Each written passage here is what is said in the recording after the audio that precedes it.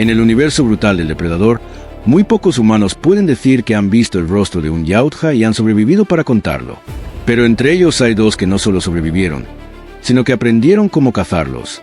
Hoy les voy a contar la historia completa y cronología de Royce y Sabeye, los protagonistas de Depredadores de 2010. Desde sus misiones más desastrosas en la Tierra, donde ya eran guerreros de élite marcados por la tragedia, hasta su enfrentamiento mortal con los superdepredadores en el planeta reservado para caza. ¿Qué pasó con ellos después del final de la película? Royce no siempre fue un mercenario insensible que vimos siendo arrojado en aquella selva alienígena. Mucho antes de despertar en aquel planeta extraño, era un soldado altamente entrenado en las fuerzas militares de Estados Unidos. Especializado en operaciones de rescate en zonas de conflicto, Roy era eficiente, metódico y letal, pero todo cambió en Filipinas durante lo que debería haber sido una misión rutinaria.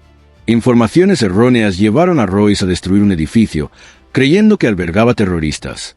Las consecuencias emocionales fueron inmediatas y devastadoras, porque lo que no sabía y nunca se atrevió a decir en voz alta era que en el sótano de aquel edificio había una escuela llena de mujeres y niños. Ese momento lo perseguiría para siempre, aunque él jamás lo admitiera. Después de Filipinas, su reputación cambió de soldado disciplinado a ejecutor sin emociones. Esa personalidad lo hizo atractivo para empleadores que actuaban en las sombras y personas poderosas sin ninguna moral. Roy se convirtió en un arma alquilada, respondiendo solo a la mejor oferta. Así fue como terminó en África bajo el sol abrasador, rodeado del olor a sangre, polvo y corrupción. Esta vez, el trabajo vino de un general que controlaba una región devastada por la guerra. El objetivo: eliminar al líder rebelde y a toda su milicia. Royce aceptó, pero solo se recibía 2/3 del pago por adelantado. Él no confiaba en hombres de uniforme y confiaba aún menos en aquellos que lo contrataban para hacer sus trabajos sucios. Sabía que la traición era inevitable. En el campo de refugiados, Royce observó el caos desenrollarse con frialdad y distanciamiento. Mujeres siendo golpeadas, niños llorando por comida, pero nada de eso lo afectaba más. Cuando encontró a Vapoto, el emisario del general, supo inmediatamente que era una trampa. Intentaron distraerlo con un coñac importado y frutas tropicales, como si eso pudiera enmascarar su corrupción. Pero Roy vio a través de eso y sabía que Vapoto había sido enviado no solo para ayudarlo, sino para matarlo tan pronto como el servicio fuera completado. Entonces actuó primero, rápido, limpio y sin dudar. Dejó el cuerpo de Vapoto atrás en la selva. 3 días después, Royce llegó a la aldea rebelde, donde Kudo, desde un acantilado, observó en silencio. Y entre los hombres armados abajo reconoció a alguien: Travis, el mercenario occidental con quien había servido en Pakistán.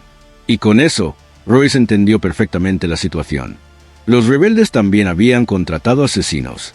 Disparó a uno de los hombres de Theode para simular un ataque externo, lo que hizo que el resto del grupo abandonara el campamento apresuradamente.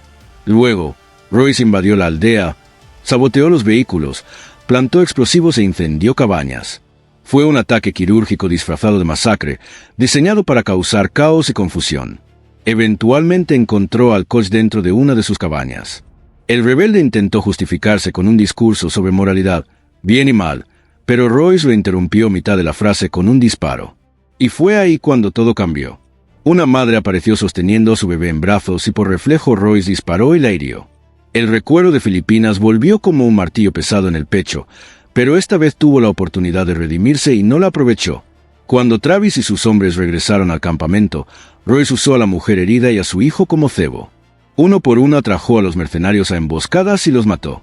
Todos, excepto Travis, lo persiguió hasta la playa donde un jeep estaba esperando con el conductor ya muerto. Royce no dijo nada.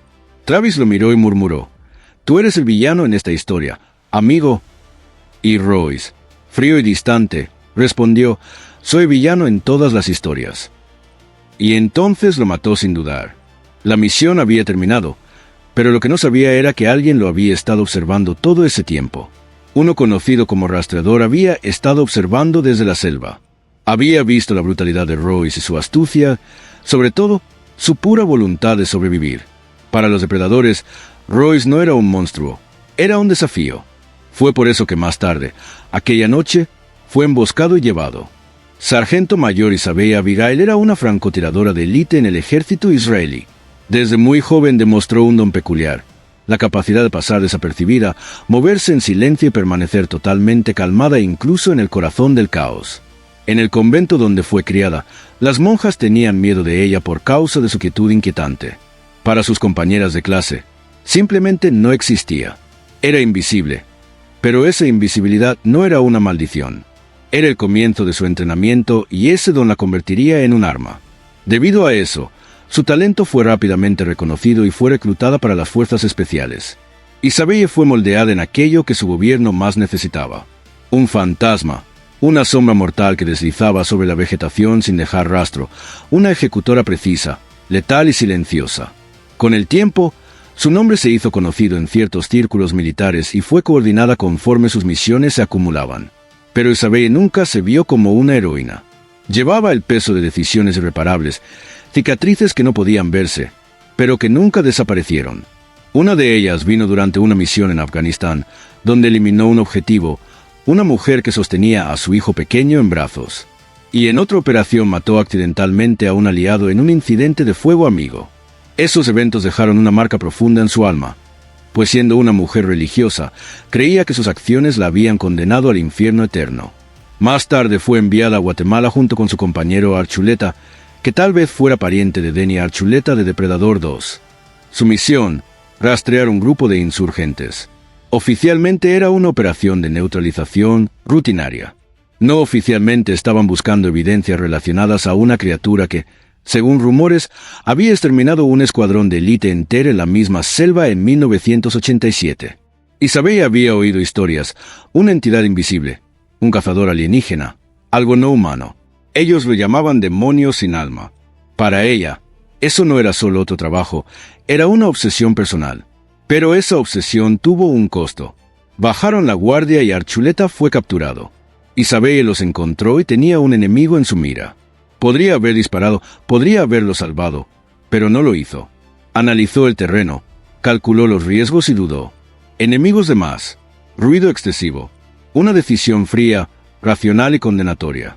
Debido a esa elección, fue obligada a mirar mientras su compañero era ejecutado y nunca se perdonó. Tras ese fracaso fue reasignada. Su próximo objetivo era Álvaro, convertida en traficante no solo de drogas, sino de personas. El rastro la llevó nuevamente a la selva de Guatemala, esta vez con un pequeño equipo de ataque. Su precisión era esencial. Se movía como un fantasma, eliminando a los objetivos con rapidez y eficiencia. Pero lo que ella no sabía era que desde lo alto de los árboles algo más la observaba, algo que la encontró. Uno por uno de su equipo fue diezmado. Su compañero Buya fue usado como cebo para traicionarla y cuando llegó el momento adecuado. La llevaron no para matarla, todavía no, sino para llevársela con ellos. Royce e Isabelle fueron secuestrados junto con los asesinos, soldados y criminales y arrojados a una selva alienígena. Sin saber que estaban en el planeta de reserva de caza, un campo de caza usado por una facción de yautjas conocida como superdepredadores.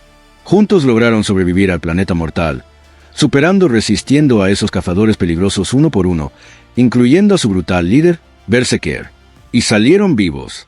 Al final de la película, vemos a los dos abrazados, mirando hacia arriba, mientras nuevos paracaídas caen del cielo.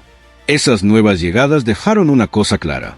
El ciclo estaba repitiéndose, pero Royce ya no era solo un sobreviviente. Se había convertido en un depredador y estaba listo para cazar. Semanas después de su batalla inicial en el planeta de los superdepredadores, Royce aún sobrevivía como podía. Cazaba implacablemente, rastreando varias criaturas que los yautjas soltaban para su deporte perverso y recogía cada pedazo de tecnología que conseguía para seguir vivo. Pero en el fondo de su mente un pensamiento lo perseguía. Arrepentido, se arrepentía de haber regresado por Isabelle al final de la película de 2010. En este punto, Royce creía que si continuaba así, terminaría como Nolan, completamente solo y mentalmente destruido.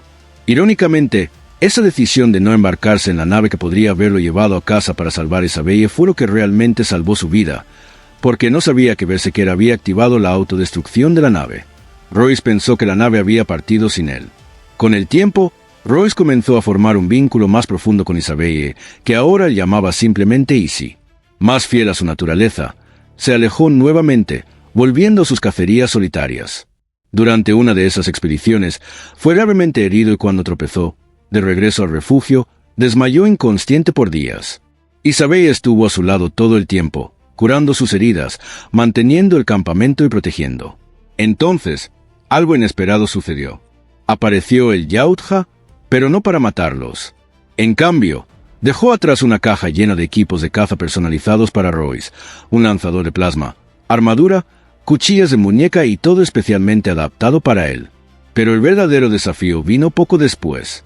Fueron emboscados por un Yautja mutante, una fiera gigantesca con 4 brazos. Royce fue herido durante la lucha, pero esta vez no enfrentó al monstruo solo, luchó al lado de Isabelle y juntos lo derribaron. Fue en ese momento que ambos entendieron que la única manera de sobrevivir era como equipo. Eventualmente Royce e Isabelle descubrieron el diario de otro sobreviviente humano, un francotirador de élite llamado Orion, que había logrado ganar el respeto de los Yautja e incluso entrenado a un grupo de ellos. Esa información nos ayudó a entender mejor a sus cazadores y comenzar a planear una fuga. Pero todo cambió cuando Royce usó el modo de visión en su armadura para seguir un rastro térmico que lo llevó hasta un lugar de aterrizaje de los Yautja. Allí encontró 2 naves, una gran nave de transporte y una nave exploradora más pequeña. Llevó a Isabelle con él y cuando llegaron, ella creía que finalmente escaparían usando la nave más pequeña. Pero Royce tenía otros planes. Le confesó que no quería irse. Todavía no quería quedarse. Quería enfrentar a los depredadores directamente una última vez. Isabelle intentó hacerlo razonar. Le rogó a Royce que fuera con ella, que dejara de arriesgar la vida y que nada de eso valía la pena. Pero Royce ya había tomado su decisión y en sus ojos, el regalo que Primer le había dejado no era solo una señal de respeto. Era un desafío, un recordatorio de que aún tenía algo que demostrar. Royce activó la nave más grande y partió, dejando a Isabelle con la más pequeña. Afortunadamente, gracias a los ajustes que Royce había hecho, la nave reconoció a Isabelle como si fuera un Yautja y le permitió despegar. Así, logró regresar a la Tierra sola. Después de escapar del planeta de reserva de caza, Isabelle realizó algo que muy pocos habían hecho. Pilotar una nave de los Tia de vuelta a la Tierra fue interceptada poco tiempo después de reingresar en la atmósfera y detenida en una instalación secreta. Los interrogadores rápidamente admitieron que no tenían jurisdicción para detenerla, ni siquiera entendían cómo había logrado pilotar una nave alienígena, pero estaban desesperados por respuestas. Ahora oficialmente listada como ausente y sin permiso por su propio gobierno, Isabelle fue interrogada por miembros de una fuerza de tarea internacional, especializada en investigar las amenazas Yautja. Como había sido secuestrada durante su misión y cómo despertó cayendo del cielo con un paracaídas que se abrió automáticamente y cómo terminó entre el grupo de asesinos, mercenarios y soldados de todo el mundo. Todos tenían una cosa en común. Eran máquinas de matar. Isabelle explicó cómo sobrevivió, cómo Roy, el mercenario pragmático y solitario, se convirtió en su aliado, y cómo, al final, él eligió quedarse atrás. Durante su testimonio, Isabelle fue clara. No admiraba a los Yautja, pero entendía su lógica brutal. También admitió que pilotar la nave de ellos fue una mezcla de instinto, entrenamiento militar, prueba y error y fe. Muchas de las interfaces de la nave usaban iconos de hologramas básicos, casi como si sus propios cazadores no entendieran plenamente cómo funcionaba la tecnología. Solo sabían cómo usarla. Eso se conecta con la antigua historia de los depredadores. Hace mucho tiempo eran conocidos como Is, una raza esclavizada por los Amenji, una especie insectoide que conquistaba planetas. Con la ayuda de su líder, los Is se rebelaron contra los Amenji y los derrocaron y tomaron su tecnología. Así fue como los depredadores se convirtieron en una especie interestelar. Y al final, Isabelle pasó semanas sola en la nave, racionando suministros, durmiendo entre sistemas alienígenas y hasta que la Tierra finalmente apareció vasta y azul en su ventana. Su regreso fue un milagro, pero para muchos también fue una oportunidad inestimable. Los agentes de OWLF le ofrecieron un lugar en su unidad internacional, encargada de cazar a los depredadores. Ella rechazó, pero no completamente. Guardó la tarjeta de ellos y dijo que lo pensaría. Y así termina la historia de Isabelle y Royce en nuestro vídeo de hoy. Dejen ahí en los comentarios lo que pensaron. Si conocían la historia, si la acabaron de conocer, qué les pareció y si vieron la película de 2010. ¿Les gustó o no? Dejen ahí en los comentarios. Vamos a intercambiar esa idea porque me quedo por aquí. Chicos.